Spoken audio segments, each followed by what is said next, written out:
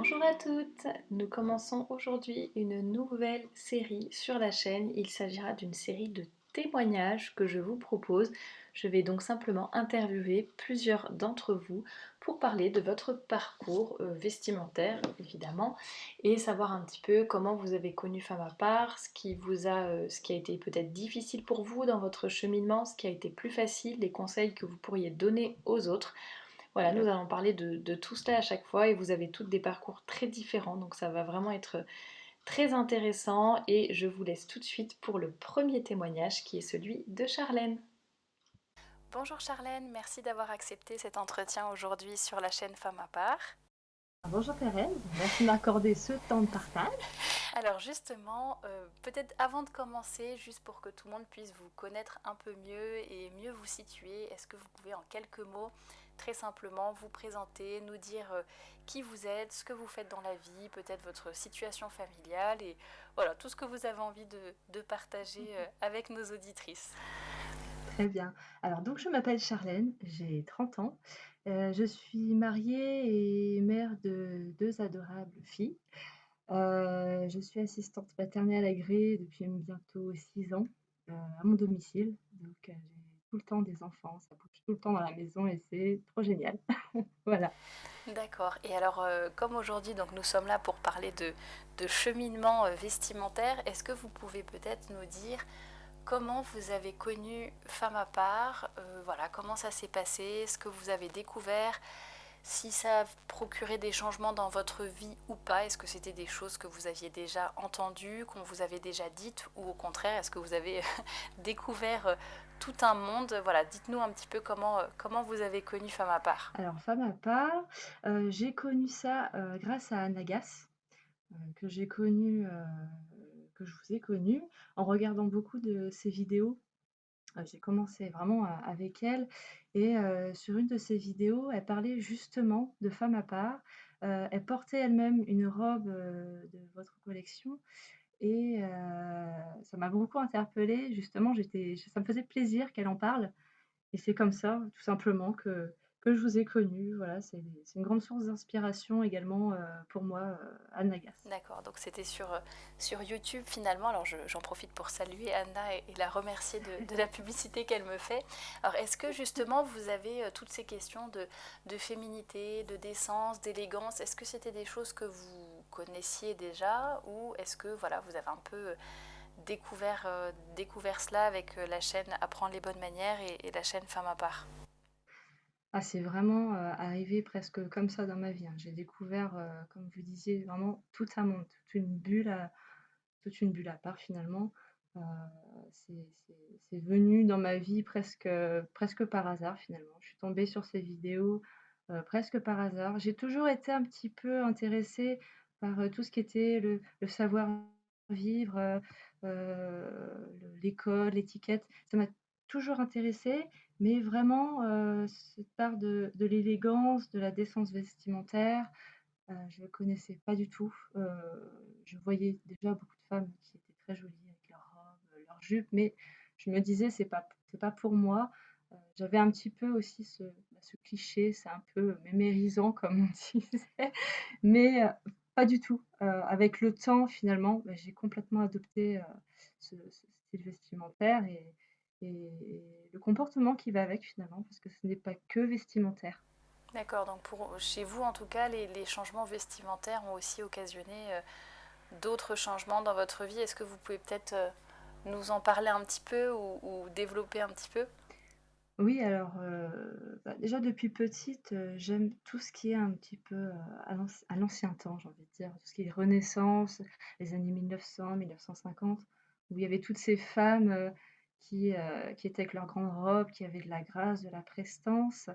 C'est quelque chose que j'admirais énormément, mais c'était pas, quelque chose où je me voyais finalement. C'était quelque chose qui je ne voyais pas, être comme elle, comme si c'était un mérite finalement d'être aussi belle et d'être aussi gracieuse et non, c'est venu comme ça et le comportement finalement a suivi avec.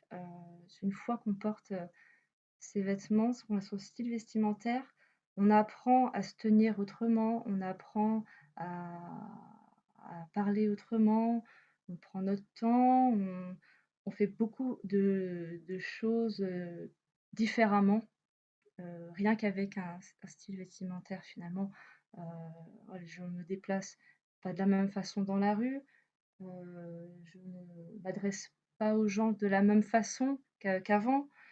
Je j'ai beaucoup plus de confiance en moi aussi, donc ça a joué beaucoup, beaucoup, sur, sur ce point-là et dans ma situation familiale aussi finalement, dans ma vie privée avec mon mari, il y a beaucoup plus de compliments. Alors on prend confiance, on on fait un peu, plus, de gestes beaucoup plus doux, beaucoup plus fluides. C'est vraiment un tout. Voilà, c'est vraiment un tout, le côté vestimentaire et le comportement à côté. Je m'assois tranquillement, je ne croise plus les jambes. Bah, c'est plein de petits détails comme ça, qui sont venus après et que j'ai appris aussi avec le temps et je suis encore en apprentissage d'ailleurs, j'en apprends tous les jours. On sent que c'est vraiment enfin, en écoutant votre témoignage, que c'est vraiment un cercle vertueux finalement, que une chose en entraîne une autre, et puis comme voilà, on reçoit un compliment par exemple, ça peut être encourageant, donc on va continuer les efforts, et puis ensuite on va prendre confiance en soi, donc on continue pareil, donc c'est vrai que c'est très positif, et j'encourage toutes les femmes qui nous écoutent à essayer finalement de mettre en place ces choses-là dans leur vie, qui peuvent paraître complètement à l'opposé de ce que nous dicte la société, mais finalement c'est ça qui rend peut-être vraiment heureuse. Et alors est-ce que vous pourriez peut-être nous dire justement, vu que vous avez vraiment, j'allais dire, un petit peu changé du jour au lendemain, et que, enfin, même si vous êtes toujours en apprentissage, mais je veux dire, voilà, ça ne faisait pas trop partie de votre vie et vous avez tout changé. Est-ce que vous pouvez peut-être nous dire les choses qui ont été plus difficiles, ou les obstacles que vous avez eus, et au contraire les choses qui vraiment ont coulé de source et qui ont été plus faciles pour vous, s'il y en a eu, bien sûr. Il y a eu un déclic dans ma vie, il y a eu un événement dans ma vie, bon, quelque chose que je garde pour l'instant. Ça m'a vraiment chamboulée et comme on dit: «Ce qui ne te tue pas te rend plus fort» et finalement c'était vrai à ce moment-là dans ma vie, j'en avais besoin et c'est vrai que, Anne Lagasse du coup, est arrivée on va dire, au pile au bon moment et c'est là que ça a vraiment commencé à à changer. Bon après j'ai été très soutenue par mon mari et mes enfants. Ça a été vraiment une base, heu et de là j'ai commencé donc étape par étape, il y avait des choses qui ont été très difficiles, ça a été, de me séparer de mes jeans par exemple. J'en avais finalement quand j'ai ouvert mes tiroirs, je me dis: «Il va falloir que je me sépare de mes 6 jeans finalement, identiques» et alors que presque, bon j'exagère mais le matin même, j'ouvrais mon tiroir, ça me semblait normal et le soir je l'ouvre, je me dis: «Mais pourquoi ils sont là en fait?» Voilà, ça a été difficile de me séparer de mes pantalons, parce que je portais que ça depuis que j'étais petite. Je portais que des pantalons, j'avais des robes mais je ne les mettais pas. Hem, il y avait ça, le noir aussi, ça a été compliqué de me séparer du noir. J'en mettais beaucoup comme pas mal de femmes, aujourd'hui.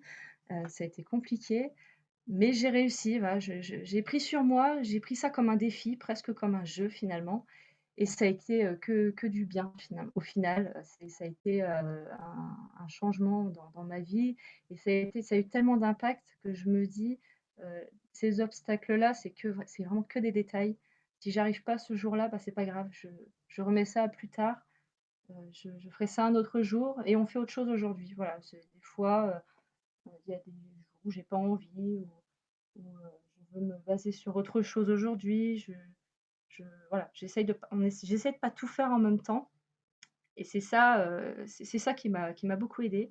Au niveau des difficultés après, c'est vrai que j'en ai pas eu tellement. J'ai tellement été, dedans tout de suite, heu, que ça a coulé de source. Mais au niveau vestimentaire, c'était ça. Il y a eu une difficulté, ça a été, le regard des personnes dehors. Je suis d'un naturel très discret, très introverti et le fait que les gens se retournent pour me voir avec une, longue robe, avec un chapeau ou avec des petits accessoires que finalement qu'on voit pas plus que ça dans la rue aujourd'hui et le fait que les gens se retournent, là, ça a été difficile, de voir ce regard. C'était pas c'est pas des regards de jugement tellement, mais c'est le fait qu'on me voit et c'est ça aussi qui était difficile, c'est qu'avant, j'étais dans la masse, hein, de tout le monde et j'étais invisible et ça m'allait très bien. Alors que maintenant, je me sens bien, j'ai confiance en moi, je m'épanouis totalement, et maintenant, le regard des gens me gêne beaucoup moins. Je les vois plus d'ailleurs, je les vois plus du tout, mais ça a été, quand même une étape assez difficile, aussi, le regard des autres. D'accord, mais on sent vraiment que vous avez beaucoup progressé, beaucoup cheminé, que ça ne s'est pas fait en un jour, que vous avez été indulgente envers vous-même aussi, j'allais dire. Enfin voilà, vous avez laissé le temps au temps et bah, on fait petit à petit ce qu'on peut, on ne peut pas tout changer d'un coup. Et ça, c'est vraiment important, je pense. Et autre chose, on sent l'uniformisation vraiment de se dire, voilà, c'était jean noir et haut noir, et puis des jeans identiques finalement. Donc c'est vrai que c'est assez bon, c'est représentatif hein, finalement. J'étais pareil, je portais finalement beaucoup de jeans, de t-shirts, enfin des choses assez basiques et on sent parce que beaucoup de gens, je sais, pensent que la modestie, la décence, ce sont des valeurs ou des idées qui vont nous enfermer, qui vont nous emprisonner, qui vont un peu nous rendre tristes. Et on sent bien avec votre témoignage que, au contraire, pas du tout. C'est vraiment, ça vous a donné confiance en vous, ça vous a appris à accepter aussi le regard des autres, à vous sentir belle, à apprendre à être vraiment, j'allais dire, avec votre style, votre caractère, plutôt que d'être, voilà, comme tout le monde en jean et en t-shirt. Donc ça, c'est vraiment un beau témoignage. Alors je ne sais pas si vous avez peut-être des choses que vous voudriez partager ou qui vous semblent importantes, peut-être que vous voudriez transmettre à vos filles par exemple, ou voilà, celles qui nous écoutent, qu'est-ce que vous pourriez leur dire ou leur conseiller, celles qui ont peut-être du mal à sauter le pas ou qui ont peut-être un peu peur, qu'est-ce que vous pourriez leur dire? Alors j'aimerais bien leur dire surtout de prendre son temps, ça sert à rien de changer, de vouloir changer toute la garde-robe en même temps. Je l'ai fait, voilà, je l'avoue, je l'ai fait. Je voulais tellement changer presque d'un coup, ça me faisait tellement de bien. J'ai fait des erreurs, je les retiens maintenant. Faut vraiment, prendre des vêtements à sa morphologie parce que finalement si on achète par ça m'est déjà arrivé donc je le dis, d'acheter une jupe, mais qui ne me va absolument pas. La forme ne me va absolument pas et ces jours-là, je me regardais, je me disais: «Si ça se trouve, c'est pas pour moi. Si ça se trouve, non, ça va pas être possible» et c'est juste que non, c'était une couleur ou une forme qui n'allait pas avec mon corps, en fait, avec, ma morphologie. Donc c'était très important de regarder sa morphologie. On essaye, bon, je pense que tout le monde a fait des petites erreurs, mais on essaye et au fur et à mesure, on apprend à se connaître, à connaître son corps, à connaître les couleurs, qui nous vont pas ou même des matières, hein. Ça peut s'arrêter à des matières, qu'on n'aime pas, voilà, c'est pas, c'est pas uniforme, c'est pas toutes toutes ces femmes élégantes ne sont pas toutes, habillées pareil. Il y a tellement une palette de couleurs, de formes, de robes, même dans votre collection, hein, il y a tellement de robes, différentes en fait. Les coupes sont pas les mêmes, les couleurs sont pas les mêmes. Il y a des petits détails, finalement, mais qui font tout, qui font un tout. Un petit nœud, on peut craquer sur un petit haut avec un petit nœud et s'il y avait pas ce petit nœud-là, bah, finalement, on ne se serait même peut-être pas retourné dessus. Voilà, c'est ça, c'est de prendre son temps, de bien observer, d'essayer de connaître finalement ses goûts et de créer son propre style, mais tout en restant, décente et élégante et c'est tout à fait possible. Et donc votre mari, d'après ce que j'ai compris, n'a pas de problème avec votre nouveau style vestimentaire et ne trouve rien à redire. C'est exactement ça. Il n'a rien à redire, je lui ai pas, j'en avais pas parlé de ce cheminement, j'en avais pas parlé du tout, de cette reconversion vestimentaire. Je me suis dit: «Je me lance, si je lui en parle, et puis que ça marche pas, il va peut-être être déçu». Enfin, je me suis fait encore, 1000 et un films et un soir, je me vois encore, j'étais assise à la table et j'avais, donc une robe, chose que je ne mettais pas du tout avant et il m'a dit: «Tiens, ce soir, tu es très élégante». Et je me suis dit: «Tiens, ça y est, bah, finalement ça fonctionne, c'est là, ça c'est en route, on y va. On y va, on y court». Et il y a eu plusieurs, petites choses comme ça, des petites attentions, j'ai eu plus de compliments, «Tu es belle aujourd'hui».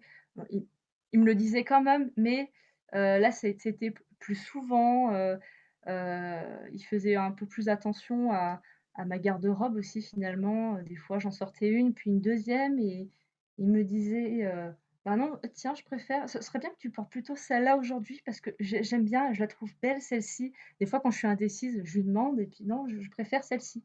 Alors que finalement avant, entre un jean et un jean, bon, il y a pas de il y a pas grande différence. Jean basket ou jean basket, bon, voilà. Mais c'est vraiment ces petites choses-là de tous les jours qui me font avancer encore aujourd'hui. Bah, ça c'est génial, c'est vraiment super encourageant d'avoir des compliments et de voir justement qu'on passe de l'uniforme, de l'invisibilité dont vous parliez tout à l'heure, à vraiment, Tout voilà, à fait. j'affirme ma personnalité, je m'habille selon ma silhouette, selon ce qui me va, selon mes goûts, selon mes occupations aussi d'ailleurs. Et c'est ça qui, voilà, qui nous fait aussi grandir, prendre confiance en nous, apprécier notre reflet dans le miroir également, parce que c'est pas toujours donné quand on suit la mode, voilà, sans trop réfléchir.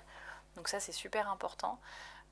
Bah écoutez, moi je trouve que voilà, c'est un très très beau témoignage qui est vraiment encourageant, qui donne envie, j'allais dire. On se dit que c'est possible, qu'on peut le faire, que ça ne peut avoir que des bonnes conséquences dans notre vie. On ne va pas se retrouver enfermé ou prisonnière. Au contraire, Ah, pas du euh, tout, c'est plutôt libérateur, j'ai l'impression. c'est ça.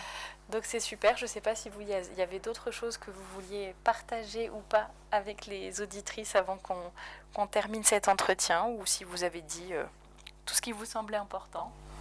Bah, juste une petite chose, pour les auditrices, essayez aussi de vous dire que, même si vous n'avez pas forcément, les moyens, vous pouvez tout à fait vous habiller, élégamment avec décence. On trouve, maintenant sur la plateforme, vêtements de seconde main, je ne sais pas si je peux, Ah oui, si oui, je peux dire, Vinted. si on peut dire Vinted, Oui, voilà. oui. Il y a tellement de choses, sur Vinted, c'est vraiment divers et varié. Il faut affiner les recherches, ça c'est sûr, mais au fur et à mesure, on le sait. Et le fait, on peut porter de la seconde main, au contraire, c'est encore plus écolo, c'est génial. Il y a des super belles pièces qu'on peut même pas trouver ailleurs. Finalement, on sait qu'on sera la seule à l'avoir, il y en aura pas 2. Il y a des petites pièces comme ça, qui traînent dans les dressings, et c'est vraiment des petites pépites qui font aussi la différence. Voilà, c'est pas forcément, on va se ruiner à refaire la garde-robe, en allant dans des magasins et cetera. Surtout que dans les magasins, heu, maintenant finalement, on trouve des super belles pièces qu'on peut accessoiriser, mais je trouve que sur, ces plateformes-là, on trouve, beaucoup plus de choses. Surtout dans tout ce qui est un peu rétro vintage, finalement les robes, elles sont, déjà décentes. Heu, si je peux dire, c'est vraiment ça, elles sont déjà décentes. Il y a pas eu de ça n'a pas été accessoirisé, ça n'a pas été modifié. Elles sont déjà belles les robes, elles sont déjà bien coupées, elles sont exactement à la bonne hauteur, elles sont juste géniales quoi. Les robes, les jupes, tout est tout est bien. Et voilà, c'est vraiment ça, c'est pas forcément une question de moyens. On peut vraiment se donner des petits, même avec des petits moyens, on peut vraiment bien s'habiller, et même quel que soit aussi, son emploi finalement. Bon après, il y a forcément des emplois où c'est un peu plus compliqué, mais je vois que je bouge énormément dans la journée, je sors beaucoup, bon, bah, comme toutes les mamans, j'ai une vie speed, hein, mais ça m'empêche pas du tout d'être élégante au quotidien, de bouger, d'être à l'aise dans mes vêtements. Et ça, c'est important aussi, c'est d'être à l'aise dans ses vêtements, mais d'être quand même élégante et décente et féminine. Tout ça, c'est peut-être beaucoup de choses, mais c'est tout à fait faisable de rassembler, toutes ces choses-là. Et voilà, c'est vraiment ce message que je voulais faire passer. Je reviens de très loin. Et je pensais pas en arriver là, en même pas quelques mois, et ça a vraiment changé ma vie quoi, de ce cheminement. Je suis encore dedans, mais maintenant j'ai des bases solides et je compte pas m'arrêter. Là, je suis vraiment, quelqu'un d'autre finalement. Je J'ai changé complètement, mon mode de vie. Bah, merci pour ces belles paroles pleines de sagesse et très encourageantes. C'est vrai que c'était important de rappeler que, quels que soient nos moyens, on peut y arriver et que voilà, même quand on est maman, même quand on bouge, même que quand on a besoin d'être mobile, j'allais dire, dans la journée, eh bien on peut quand même être élégante et décente. Merci de l'avoir rappelé. En tout cas, merci pour votre témoignage et aussi pour votre exemple. C'est vraiment super important d'avoir des personnes comme vous qui témoignent et qui, voilà, qui partagent un petit peu ce qu'elles ont vécu pour encourager les autres. Alors merci beaucoup Charlène. Bah, merci à vous en tout cas de m'avoir invitée, ça m'a fait très plaisir, Et très puis, plaisir. bah, toutes les auditrices, je vous dis à très bientôt sur la chaîne pour un nouveau podcast.